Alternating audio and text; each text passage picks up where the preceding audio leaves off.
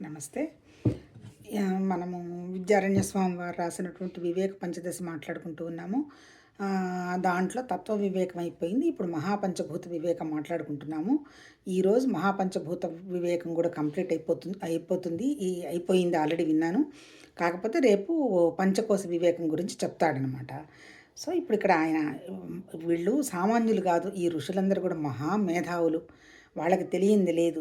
కాకపోతే వాళ్ళెంతవరకు దర్శించారు అంటే దర్శించిందే చెప్తున్నారు, అది వేరే విషయం. కానీ ఇంత చెప్పిందేంటి? ఇప్పుడు ఆయన ఏం చెప్తాడు? అనవసరంగా మీరు ఏదో చెప్పటం అయితే నేను చెప్పాను, మహాపంచభూత వివేకం అన్నాను, పంచకోశాలు అన్నాను. ఆ తర్వాత ఇప్పుడు ఈయన ఇవి చెప్పినవే కాక మళ్ళీ ఇంకా వ్యవహారానికి వెళ్తే చక్రాలు అన్నారు, ఆ తర్వాత కోశాలు అన్నారు, తర్వాత అమ్మవారికి సంబంధించి కుండలిని శక్తి అన్నారు. ఆ తర్వాత ఎన్నో రకరకాల వ్యవహారాలన్నీ ఎవరి బుద్ధికి తోచినట్టు వాళ్ళు చెప్పున్నారు. ఈయనేమంటాడు? చెప్పటం అయితే చెప్పాము. ఎందుకు చెప్పామంటే ఉత్తమాధికారులు ఏదో అర్థం చేసుకుంటారు అని చెప్పాము. అంతే తప్ప అర్థం కాలేదు అంటే వీటి గురించి మీరు టెన్షన్ పడాల్సిన అవసరమే లేదు. మీకు తెలియాల్సిన విషయం మాత్రం ఒకటే ఉన్నది. ఒకటి సత్, రెండు అసత్. సత్తే సత్యం, అసత్తు సత్యం కాదు. మరి ఈ చెప్పిన విషయాలన్నీ ఈ 99 కూడా అసత్యాలే. అంటే ఏదో చెప్పాలని చెప్పటం తప్ప వాటి మీద మీరేదో ఆధారపడి మాకు అర్థమైంది, అర్థం కాలేదు అని టెన్షన్ పడాల్సిన అవసరం లేదు. కాకపోతే ఏంటి, సత్తుని అసత్తుని ఎలా విడగొట్టి చూసుకోవాలో నేర్చుకోండి అంటాడు. అంటే ఏంటి? ఈ సత్ అనేది నశించదు, ఉన్నది. అసత్ అనేది మాయతో ఏర్పాటైనటువంటి 99 విషయాల కింద వస్తాయి. అందుకని ఇప్పుడు అసత్తులో సత్తు చూడొచ్చు, సత్తులో అసత్తు చూసే తెలివితేటలు కనుక ఉంటే రెండిటికి పెద్ద తేడా ఉండదు అంటారు. అసత్ అంటే ఏంటి? ప్రపంచం.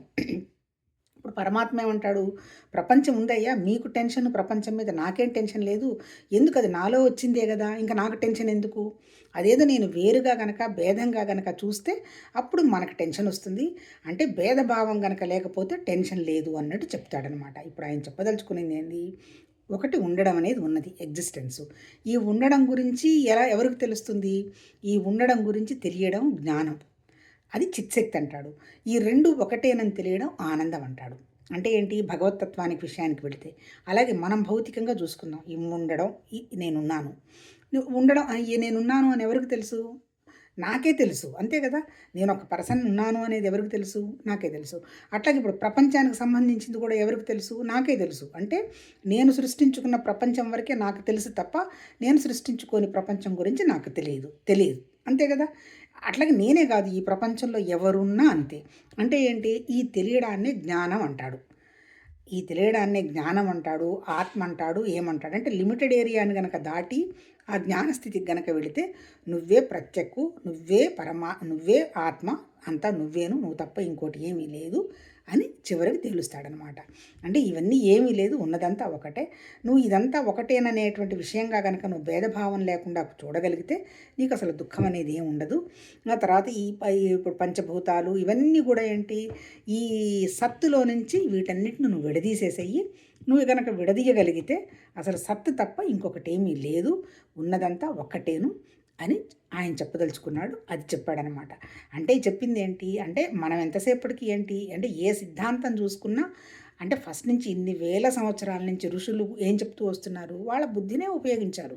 అంటే ఇప్పుడు మనం కూడా ఏం చేయాలి? వాళ్ళు చెప్పింది కరెక్టా? ఇది మనకెంత అవకాశం ఉంది, ఇది ఎంతవరకు మనకు ఉపయోగపడుతుంది అని మన బుద్ధిని ఉపయోగించాలి. తర్వాత మనకు వచ్చినటువంటి ప్రస్తుతంలో మన టెన్షన్ ఏంటి? మరణం, అంతే కదా. ఎవరికైనా భయం అంతా ఏంది? చచ్చిపోతామేమో అని భయం. వాళ్ళు ఏం చెప్పారు? చచ్చిపోయేదెవరు, చచ్చేదెవరు? ఇదంతా ఎవరు లేరు. ఒకవేళ పొరపాటున చావు అని కనుక నువ్వు అనుకున్నావు అంటే పోయి మళ్ళీ సత్తులోనే కదా కలుస్తావు. అలా సత్య అంతా అనుకున్నప్పుడు ఇంకా నీకు మరణం ఎక్కడుంది అనే విషయాన్ని వాళ్ళు అనలైజ్ చేశారు. అంటే అర్థం ఏంటి అంటే మరణం అనేది ఋషుల దగ్గర నుంచి అందరికీ ఉన్నదే. అంటే అసలు మరణం అనేదే లేదు అనేటువంటి విషయం కనుక అవగాహనకు వస్తే ప్రతిదీ సంతోషమే కదా, దుఃఖం అనేది ఇంకా లేదు కదా. అంటే ఈ మిగిలినంతా కూడా ఈ సృష్టించుకున్న 99 అబద్ధమే.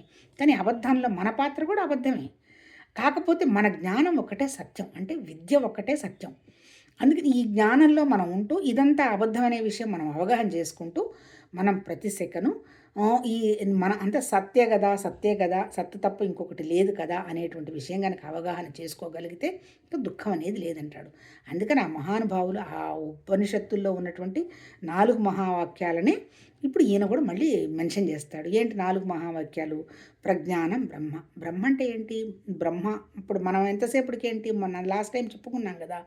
ఆహ్, బ్రహ్మాకార వృత్తి, బ్రహ్మాకార వృత్తి అని. 24 గంటలు బ్రహ్మాకార వృత్తి గనక ఆలోచన చేసినప్పుడు ఏమవుతుంది? ఆ బ్రహ్మంలోనే మనం ఉండడం జరుగుతుంది. మనం ఉండడం జరుగుతుందంటే బ్రహ్మానికి ఇక్కడ తేడా లేదనేది వస్తుంది కదా! ఆ కనుక్కునే దాన్నే ప్రజ్ఞ అన్నాడు. ప్రజ్ఞ అంటే ఏంటి? బ్రహ్మ తప్ప ఇంకొకటి లేదు అనేటువంటి విషయాన్ని నువ్వు కనుక్కోగలిగితే, నువ్వు తెలుసుకోగలిగితే అదే ప్రజ్ఞానం బ్రహ్మ అన్నాడు. తర్వాత ఇంకోటి ఏం వాడాడు? తత్వమసి అన్నాడు. తత్వమసి అంటే ఏంటి? అంతా నువ్వేరా, నువ్వు తప్ప ఇంకోటి ఏం లేదు. ఆ ఉన్నదంతా నువ్వే. నువ్వేననే విషయాన్ని నువ్వు తెలుసుకో అని అంటాడు. ఎట్లా తెలుసుకోవాలి? కరెక్ట్ అండర్‌స్టాండింగ్‌తో తెలుసుకో అంటాడు. అంటే ఆ కరెక్ట్ అండర్‌స్టాండింగ్ అంటే ఏంటి? సక్రమంగా జ్ఞానం తెలుసుకో, అర్థం చేసుకో. ఒక్కసారి గనక నువ్వు జ్ఞానం అర్థం చేసుకోగలిగితే మళ్ళీ నువ్వు వెనక్కొచ్చేది ఏమి ఉండదు అంటాడు. అంతే ఏ విషయమైనా మీరు చూడండి, ఒకసారి మనం తెలివిగా విషయాన్ని అర్థం చేసుకున్నాం అనుకోండి, మళ్ళీ వెనక్కొచ్చి తెలివి తక్కువగా ఎందుకు మనం ప్రవర్తిస్తాము? ప్రవర్తించం కదా! ఇది కూడా అంతే. ఒక్కసారి నువ్వు సరిగా గనక అర్థం చేసుకుంటే మళ్ళీ నువ్వు వెనక్కొచ్చే ప్ర ప్ర ప్ర ప్ర పరిస్థితి ఏం లేదు. తత్ త్వమసి నువ్వేను అంటాడు ఒక వాక్యం. తర్వాత ఇంకోటేంటాడు? అహం బ్రహ్మాస్మి అంటాడు. అంటే నాకు బ్రహ్మకి పెద్ద తేడా లేదు, మేమిద్దరం ఒకటేనని చెప్తాడు. తర్వాత ఇంకో వాక్యం ఏం చెప్తాడు? సత్యం జ్ఞానం అనంతం బ్రహ్మ అంటాడు.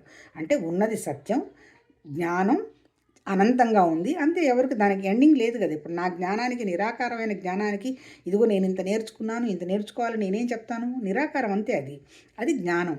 సత్యం జ్ఞానం అనంతం అది. అంటే తుది మొదలు లేనిది. అదే బ్రహ్మ. అంటే బ్రహ్మ అంటే అర్థం ఏంటంటే అది తప్ప ఇంకొకటి ఏమీ లేదు. అదే సత్యము. ఏంటి అసత్యం? బ్రహ్మ ఎట్లా ఉన్నాడు? జ్ఞాన రూపంలోనే ఉన్నాడు. ఆ జ్ఞానం ఎక్కడుంది? మనలో కూడా ఉంది.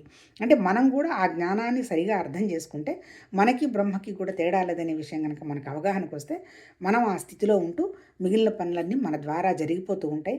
దానివల్ల వచ్చే ఫలితానికి కానీ నష్టానికి కానీ మనమేం బాధపడము.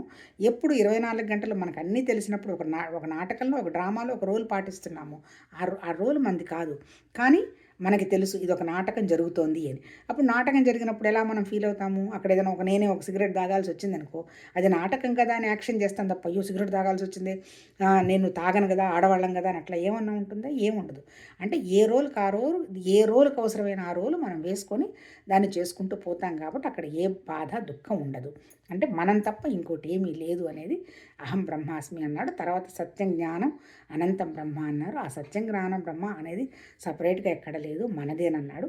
అని ఈ పంచభూతాలని కూడా పంచభూతాలకు సంబంధించిన విషయాలను కూడా ఈ సత్తులో నుంచి విడగొట్టి, ఆ సత్తులో నుంచి విడగొట్టడం అంటే ఏంటి? సత్తే ఉన్నది. ఈ పంచభూతాల్లో కూడా సత్తే ఉన్నది.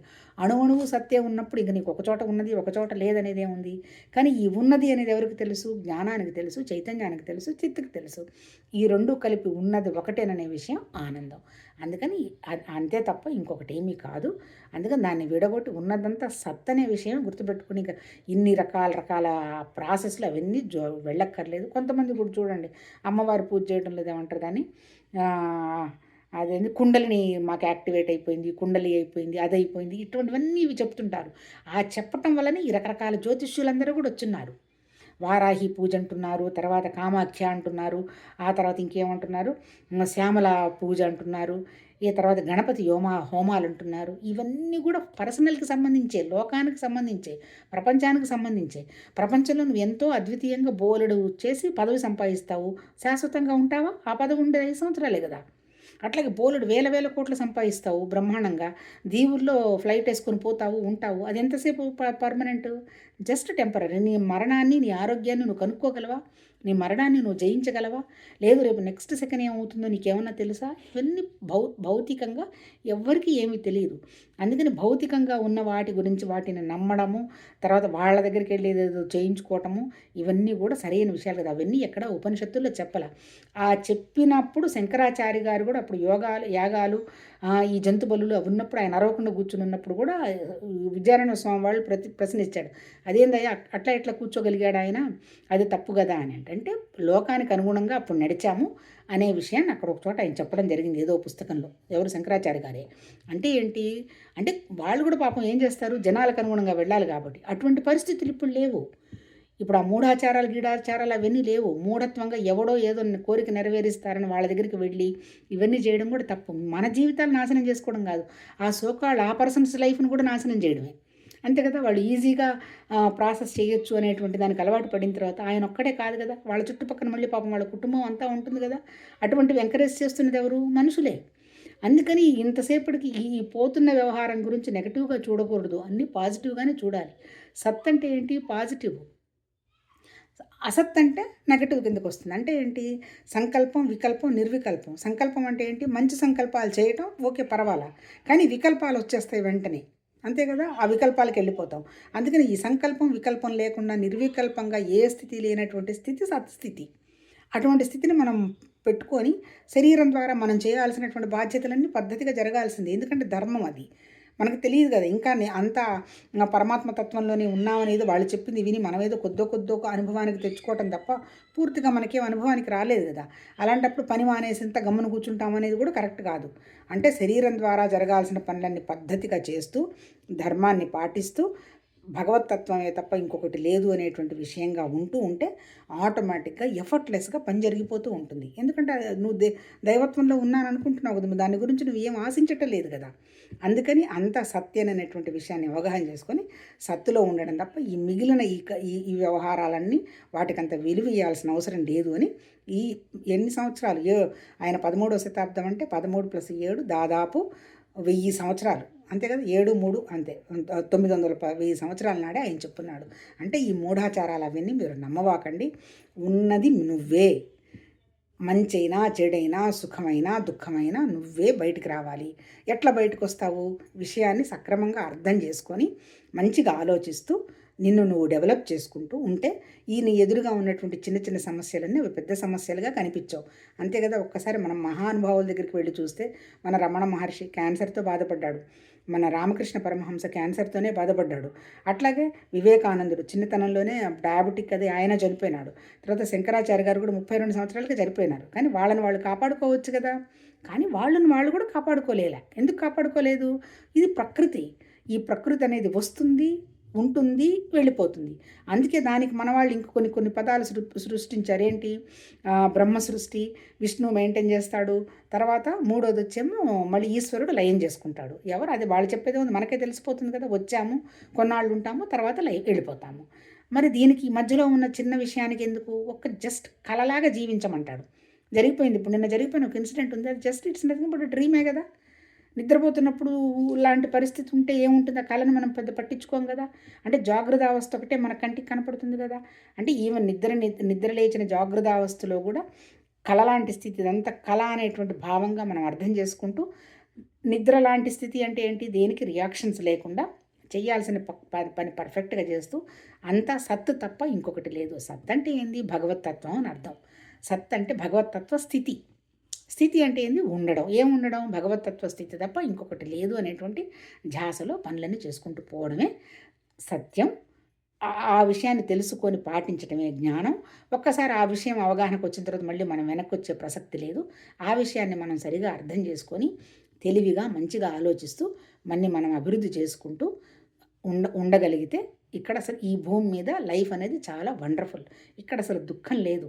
దుఃఖం అనేది వచ్చిపోయేదే, దుఃఖం పర్మనెంట్ కాదు. ఈ నా ఐడెంటిటీయే దుఃఖం. నేను సో నన్ను వీళ్ళు అన్నారు, నేనెంతో చేశాను, ఇటువంటివన్నీ దుఃఖం. నువ్వు చేసేది నీ సంగతి, నీకు ఏం జరుగుతుందో తెలియదు. అందుకని ఇక్కడ నేను రావడం, నేను చేయటం, నేను ఉండడం అనేది లేదు. ఏ అవకాశం మనకు వచ్చినా అది భగవంతుడి పని జరుగుతోంది అని, ఏ పనికి ఏ మనిషికి భేదం లేకుండా ఉన్నదంతా ఒకటే తత్వం అని ఉండగలిగితే మనకి జీవితం చాలా వండర్ఫుల్గా జరిగిపోతుంది. ఇదే ఈ టాపిక్లో ఆయన చెప్పింది. ఇప్పుడు ఇదంతా నేను చెప్పింది కాదు. ఇవన్నీ కూడా ఈ పిచ్చివన్నీ కూడా మీరు పెద్ద టెన్షన్ పెట్టుకొని నమ్మాల్సినంత అవసరం లేదు. ఒక్కటే నమ్మండి, వాట్ ఈజ్ సత్తు, వాట్ ఈజ్ అసత్తు. ఈ సత్తు అసత్తు మళ్ళీ ఏమైనా తేడానా? ఏం కాదు. ఒక నాణ్యం లాంటివి. నాణ్యానికి ఒక పక్క బొమ్మ ఉంది, ఒక పక్క బొరుసు ఉంది, అట్లాగే ఒక కాంతి ఉంది, దానికి ఆటోమేటిక్గా మాయ అనే ఛాయ ఉంది. షాడో ఉంది. అట్లాగే నీకు సూర్యుడు ఉన్నాడు కాబట్టి నీకు ఎండమావులు కనిపిస్తున్నాయి, కానీ ఎండమావులు అసత్యం, సూర్యతత్వం సత్యం అనే విషయాన్ని ఆయన చెప్పాడు. రేపు పంచకోశ వివేకం చెప్తారు, రేపు విందాం. నమస్తే.